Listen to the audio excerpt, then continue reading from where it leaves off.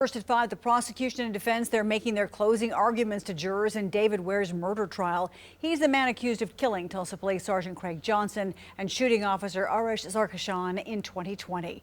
2 News Oklahoma's Shay Smith is live at the Tulsa County Courthouse where the jury is about to begin deliberating. Shay. So right now, the state is finishing some of their closing arguments.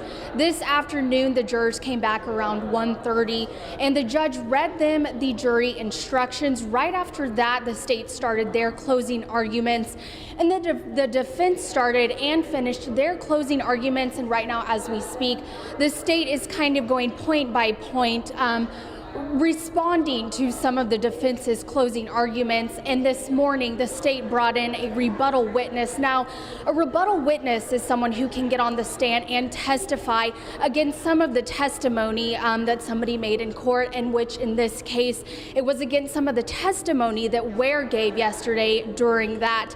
Now, the rebuttal witness, they called in a former Tulsa police officer to the stand. In 2006, she responded to a call with Sergeant Johnson in regards to an intoxicated man. She testified that man was David Ware. Now, as a reminder, yesterday Ware testified that he had interacted with Sergeant Johnson in 2006. He testified he spit on Sergeant Johnson during that incident, but he testified he didn't threaten to kill him. This morning, the state's witness testifying that she remembers and wrote it down in her report that Ware threatened violent acts against Sergeant Johnson and threatened to kill him. After that witness, the jury was excused while the defense and prosecution argued 2 items in front of the judge. The first, allowing the jury to consider self-defense. This is something the defense has been pushing since day one. Ultimately, though, the judge struck down that motion.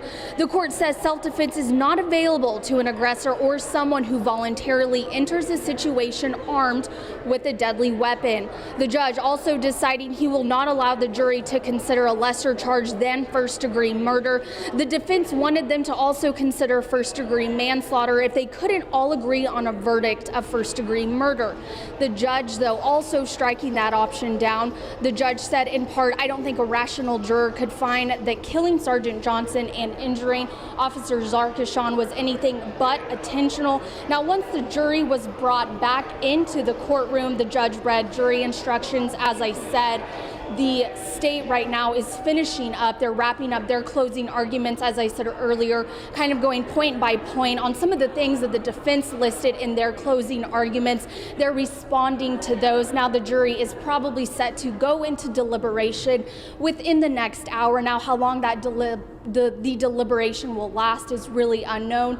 A juror did ask if that means they could go into the morning time, and the judge said that it's up to y'all. It's however long you all choose to deliberate. So there really is no telling on when we could have a verdict. It could be within the next few hours, but it could be within a couple of days. But as I stated, the jury will not break. So they will not meet and then break for the weekend and reconvene. Once they start that deliberation, they will deliberate until they find a verdict.